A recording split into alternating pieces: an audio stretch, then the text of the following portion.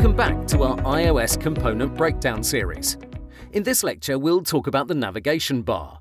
I want to get the size out of the way because it's always been a pain in the neck as far as I'm concerned. Here's the deal. Considering most status bars are white or transparent, they don't get a rectangle of their own. What designers tend to do is they create one large rectangle that encompasses both the status bar and the navigation bar. This means you might find some conflicting sizes on the web. Some say an iPhone 8 status bar is 44 points tall. Others say the top area is 64 points tall. Both are correct. It depends if you include the status bar in the measurement or not, and like I said, most designers group these two areas together. Considering this is somewhat the norm, I'll also give you measurements that include the status bar.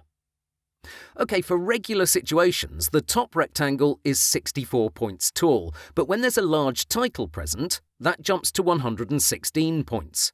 These apply to the iPhone 6, 6S, 7 and 8. If you're talking about the iPhone X, the regular navigation bar with the status bar included is 88 points tall. When there's a large title present, that jumps to 140. I'd love to say we can do a lot with it in terms of design, but on iOS, the focus is always on the content. The navigation bar doesn't get a lot of love in terms of customization. Its goals from a functionality standpoint are far more important than our creative ideas. This is why most navigation bars are pure white with no other decoration. In general, you can expect to find a title in the middle of it and a back arrow that's more often than not accompanied by a word, mostly back. On the right side, you can expect to find either an icon or another word, for example, edit. In some cases, you get a word that tells you where you'll be taken if you tap it. In this case, that's settings.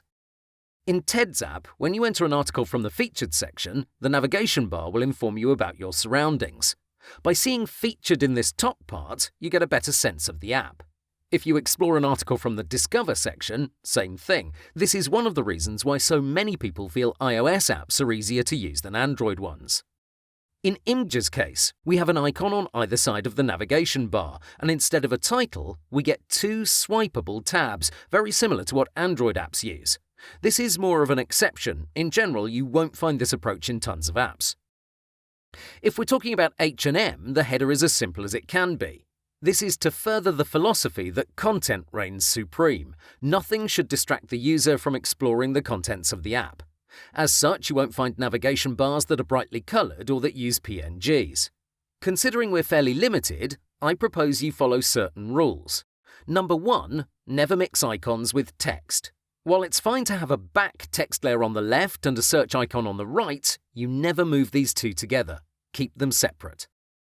Number 2. You can use several icons, but no more than 3. In most cases, apps tend to use only one icon in the navigation bar. Take Booking's case. Here we have a bell that tells us if we have notifications. This is actually very smart because if you have an upcoming booking or there's something wrong with your reservation, it's bound to show up here. This is why they went for one single icon. Number 3. Use beautiful icons. I can't stress this enough. If you jump on flaticon.com and you grab the first search icon, you're wasting a big opportunity. iOS apps are renowned for having awesome, impeccable icons that blow you away with their incredible style that somehow remains simple and elegant.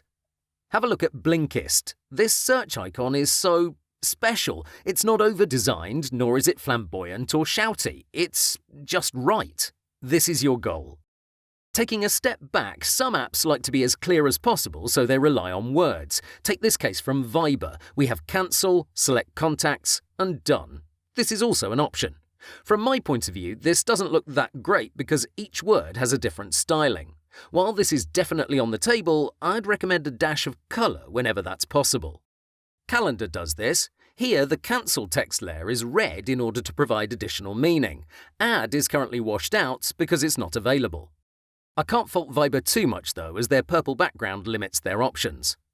In terms of typography, the official guide suggests you use 17 points across the board, but a semi-bold weight for the title and the action on the right. The left side should be kept at normal. I'm not a fan of this recommendation. I say you should design whatever feels best. Of course, don't use 24 points for the action or 12 points for the title, but you don't have to be exactly on that 17-point mark. And with that, we've concluded another lecture. I'll see you in a minute.